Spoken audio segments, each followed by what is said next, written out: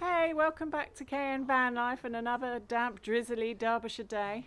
You got that right. We really haven't been having the good weather recently, so we've really been struggling to get too much done in the van. We'll take a quick look at what we've got done so far, and then we'll let you guys know what we're up to in this video.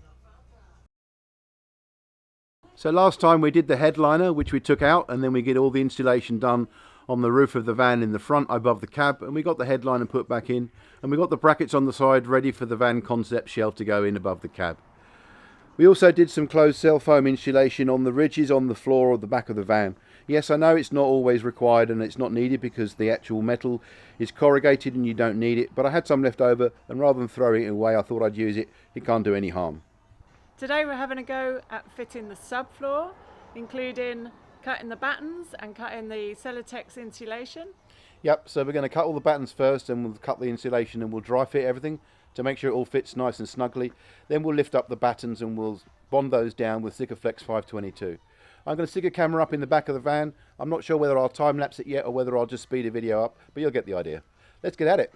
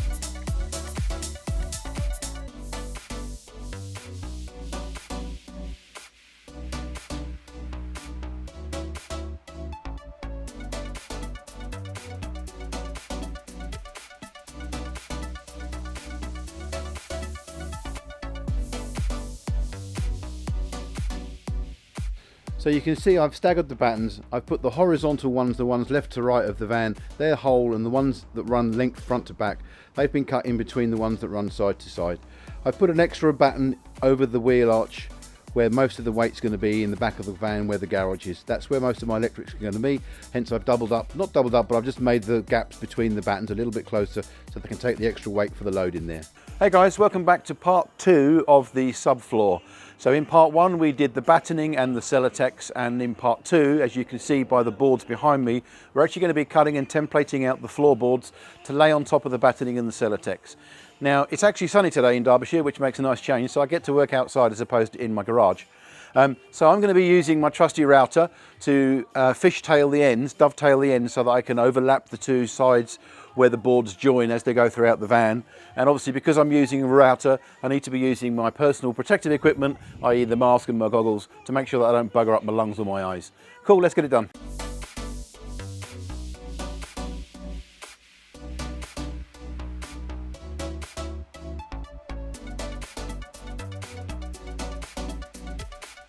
Well, now comes the fun part. Now we've got all the sheets of ply laid out on the floor with the overlaps so that they're going to support each other. Now we're going to get the original floor, lay it out on top of the plyboard, scribe around it, cut it out, and then hopefully it should just slot straight into the van.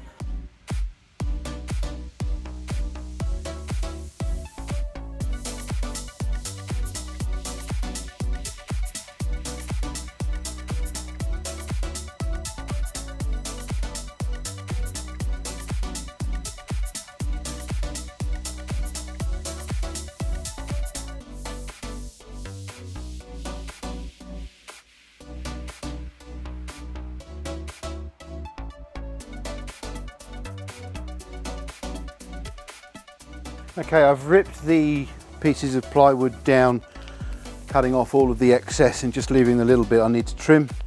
So we're going to start getting those trimmed and we should be able to fit them in the van.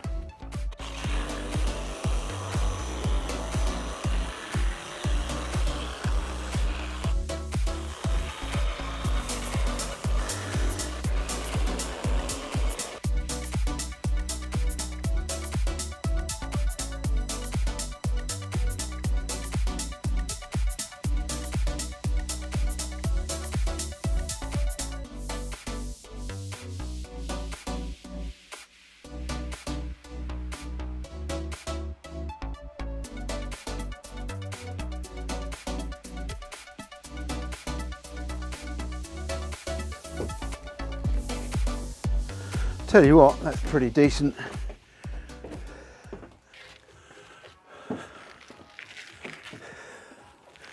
Well, that's the end of the subfloor video, guys.